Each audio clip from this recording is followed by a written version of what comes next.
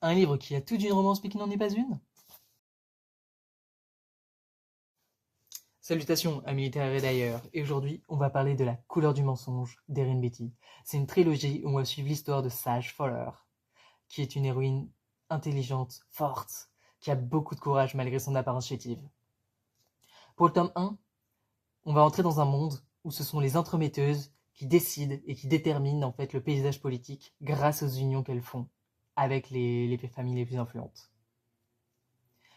On découvre ainsi Sage, qui est orpheline, une bâtarde, qui, selon sa famille, la seule chose qui pourrait la sauver, c'est le mariage. Grâce à son oncle, elle a rendez-vous avec la plus grande marieuse de tous les temps. Mais elle veut pas se marier. Et du coup, ça fonctionne pas très bien ce rendez-vous-là.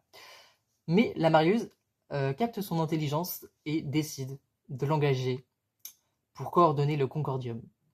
Globalement, c'est un événement qui arrive tous les 5 ans où tous les plus grands partis du pays, les femmes, euh, sont transportées à la capitale pour se marier.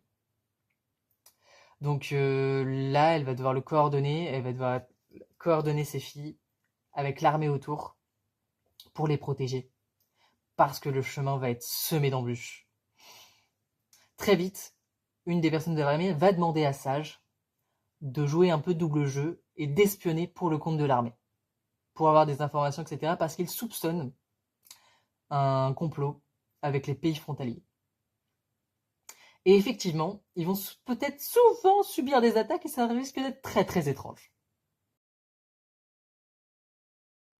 Cette trilogie a détrôné ma saga intemporelle. J'ai adoré, les chapitres sont courts.